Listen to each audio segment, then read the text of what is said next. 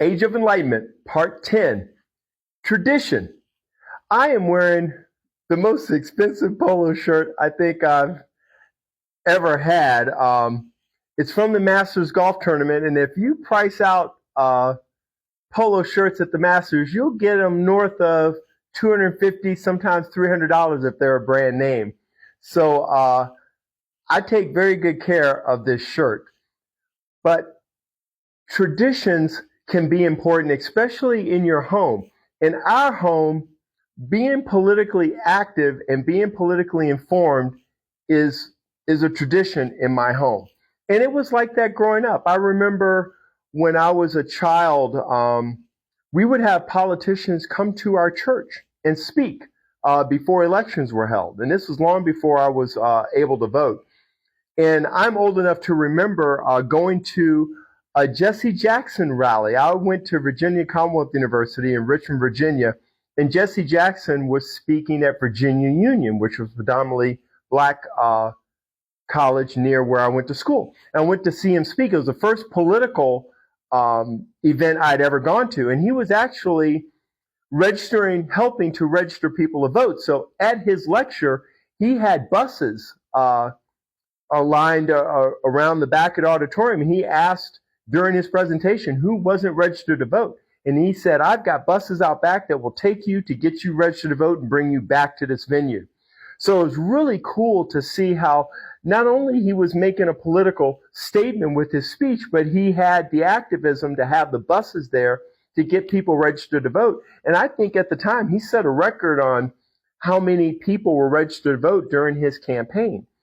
And I remember during college, doing leaflets and things, doing campaign events as part of the campus life, if you will.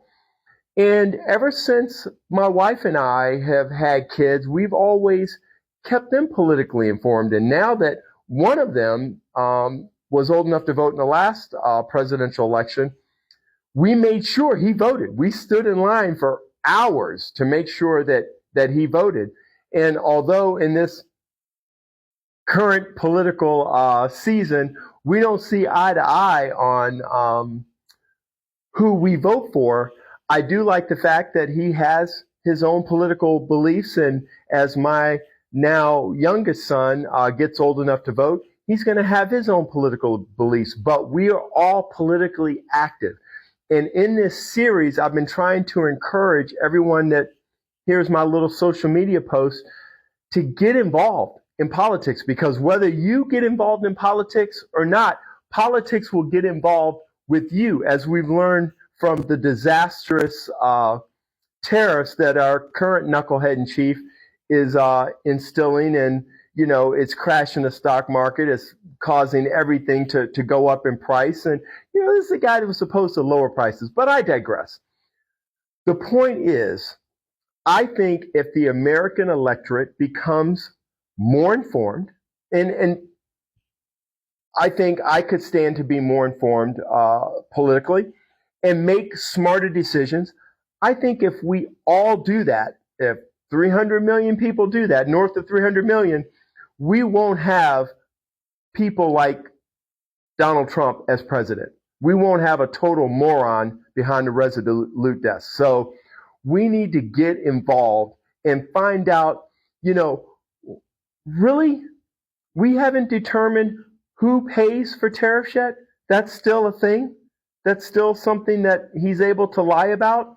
And, I simply can't remember. And I'm in my mid-60s. I can't remember just every interview with a president just to be chock full of lies. Like half the crap our current president says is blatantly false. And he knows it's false. He's making up shit out of whole cloth. So I don't remember any president doing that. Even presidents I didn't like Reagan, and I studied in college how Reaganomics didn't work. But at least he acted presidential. I mean, that, Mr. Gorbachev, tear down this wall. I still hear that quoted today or played back in videos. And, he did some smart things. But he wasn't, as Richard Pryor would say when he met him in the he was part of the movie Superman, the original with Christopher Reeve, and he said, I went to the White House to meet the president, and he shook Christopher Reeve's hand, and he gave Margot Kidder a hug. Brother looked at me like I owed him money.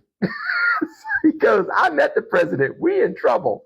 But Richard Pryor was the kind of guy that would be like, when it came to black people and people in authority like the president or the cops or the prison system, he would talk about, yeah, you want to find justice? You go into prisons, you'll find just us. I miss Richard. He was great. He had a great way of putting things. But it's not funny what the current president is doing to our economy. But it's also not funny that we voted this idiot into office, folks. Okay? We knew better. He had been president before. He was a liar before. He's been a liar his whole life. He's a convicted felon. North of 30 convictions. Okay? And we elected him president.